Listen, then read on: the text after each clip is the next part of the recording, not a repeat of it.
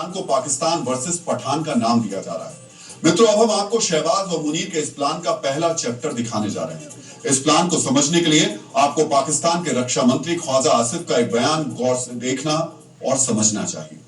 एक media interview में ख्वाजा आसिफ ने कहा, यह समझना गलती होगी कि हमने अफगान तालिबान का मुद्दा ठंडे बस्ते में डाल दिया है।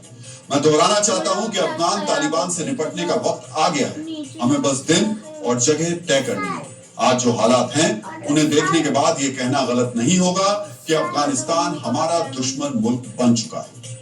मित्रों, अफगान तालिबान का एक बड़ा हिस्सा पश्तून यानी पठान है। शहबाज सरकार के मंत्री इन्हीं पठानों से निपटने का दम भर रहे हैं। अब आपको पाकिस्तान वर्सेस पठान के दूसरे अध्याय को देखना चाहिए।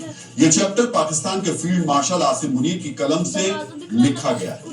मुनीर की फौज तहरीक तालिबान के गढ़ यानी तिरहा घाटी में बड़े पैमाने पर लोगों का विस्थापन करा रही है।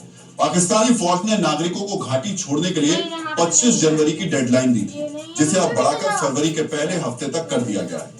अब तक इस घाटी की 1.5 लाख की आबादी में से 80,000 लोग अपना घर छोड़कर जा चुके हैं।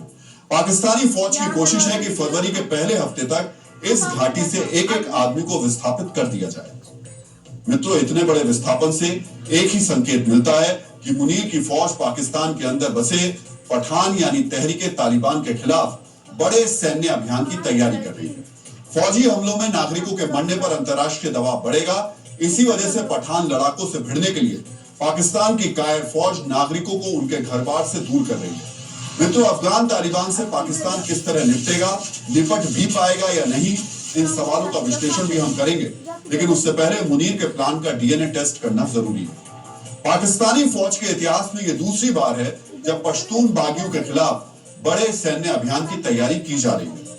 मुनीर का यह प्लान कितना कामयाब होगा, यह समझने के लिए आपको पहले ऑपरेशन के आंकड़े ध्यान से देखने और समझने चाहिए।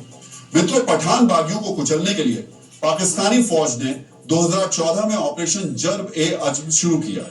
यह ऑपरेशन 2017 तक चला। इन 3 सालों में पठान बागियों से लड़ते हुए पाकिस्तानी फौज के 500 से ज्यादा अफसर और जवान मारे गए। उत्तरी वजीरिस्तान और उसके नजदीकी इलाकों से 10 लाख लोग विस्थापित हो गए। इस पूरे ऑपरेशन में पाकिस्तानी फौज को 2000 करोड़ रुपए खर्च करने पड़ गए थे। और डीएनए में आज का संदेश।